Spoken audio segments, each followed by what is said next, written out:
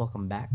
Okay, so I lied. I decided to just type it so you didn't hear just a bunch of clicking, but I still didn't edit it, and I just wrote two more two more paragraphs essentially, so just like another page. It doesn't look like it, but like this is what I wrote yesterday.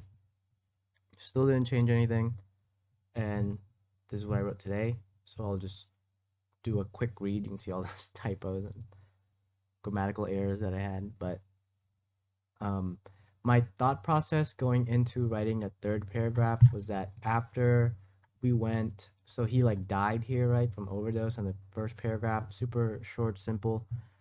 And then we went into his partner's life, just like a quick blurb of what she was thinking about and where she'll eventually lead up to, like how her life is would spiral if she doesn't change it. And then I decided um to go through like because remember in the last video I wanted to talk about going back into like how he got into doing drugs and like overdosing in the first place. And I know I said I wasn't gonna do like any space shit or mystical shit and keep it grounded, but just fucking axed that and went straight into reincarnation mode. So in my thought process on this second paragraph was that instead of just like going through a flashback, I would kind of like rebirth him and use his rebirth as him dying and remembering his childhood, like going through the flashbacks of like the the memories that are fond for him for when he died. So right before he died, they say you have like 5 minutes of brain activity left. I'm assuming most people are gonna go back to like their favorite moments right before they die. So I'm gonna make him go back to his favorite moments. So let's just read it. Hi, I see you've woken back up. Do you need a minute? So I'm not very good with like spacing it out for people talking yet. Um, this is just like the mystical being. Well, there's no time here, but you can take some time since yours is all used up. I got a few to spare. I awoke into a voice. This is gonna be him now. I awoke into a voice less familiar than my own, yet more so than the lover I called home. I don't know where I am and now I am so warm. I just know that my mind is clear of all I once thought evil, all that I once thought was good. It's filled with warmth that only can be described as the day my mom told me I've arrived. That I am with her and beside her, nursed by her love and adoration with no condemnation. All to appease me for her pleasure, for I am her love and she is my world. This feeling of warmth can be earned, can be given, it is felt and measured. This thing giving me time in this place I call space is having the time of my life. Sitting there, standing there, becoming young, staying old. It shifts as the sun moves up or down in a sky that has no down or up. We are here and he is asking me a question that I cannot answer as I cannot fathom what is being asked of me. I have become what I once was and what I always was. This is where I wanted to be, and I've been given the gift of being where I chased those demons to. This place I call heaven, or haven, the place they call hair, hell, where I ran and they stayed, telling me that we cannot be so different if we are looking for the same place with a different name. Hey, you've been using up my minutes. It's time to leave. Hope to see you when you become a seed. So like um kind like I said, like a little Buddhist in there, little reincarnation. He's trying to describe the womb. So I'm basically saying like he's trying to chase that feeling of like being loved again by his mom and how like he felt when it was like so unconditional and like you're her world and she's your world, like she provides you with everything and she does it like not because she has to but she wants to, and it's like just it's reciprocal for both of you, and it's just like just you know just a bond that you can't really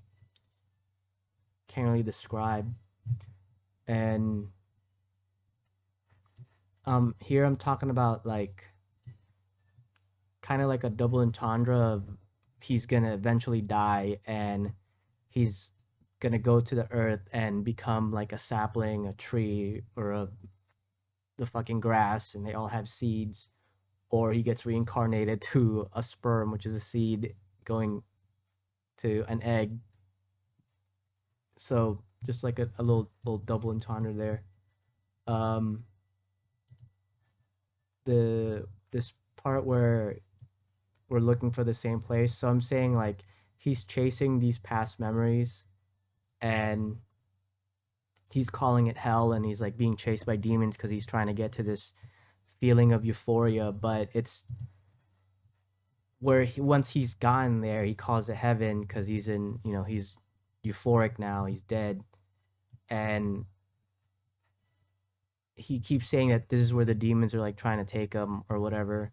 And I'm trying to say that like the same place that he's calling hell is their heaven, and now it's his heaven and potentially their hell since they have to live through it again. But next paragraph. I can see it, my childhood coming to me.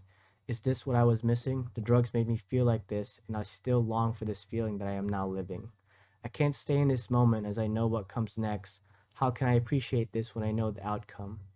That I'll chase this moment for the rest of my life, to fall onto the stairs my father built, to cry on my mother's arms when the night is too long, to ask for one more song. How can I appreciate this when I know I'll grow up? Can I forget the future and remember my present that has been given to me? My father is teaching me how to ride a bike. He asks if he can take the training wheels off. I reluctantly say yes, and I ride and I feel the wind. My father never took his hands off my back. Then I fell and scratched my arm. So in the first paragraph, I said he had like a scratch on his arm or something.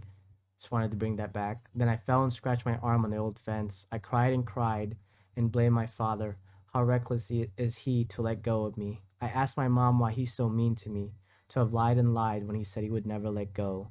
Why does he want me to grow? If only he knew what I knew, that I would grow to miss them something fierce, that my love they gave me turned me into a fiend, chasing old dreams and lukewarm lovers, that my addiction for their love and affection would lead me to my downfall and depression. If only I never felt this moment, I would have never chased those demons, shaped like my father, my mother, my sister, and you. The place they call heaven, I call hell, because I can't be where they are, and I am where I am. Can't I stop this moment and appreciate where I am?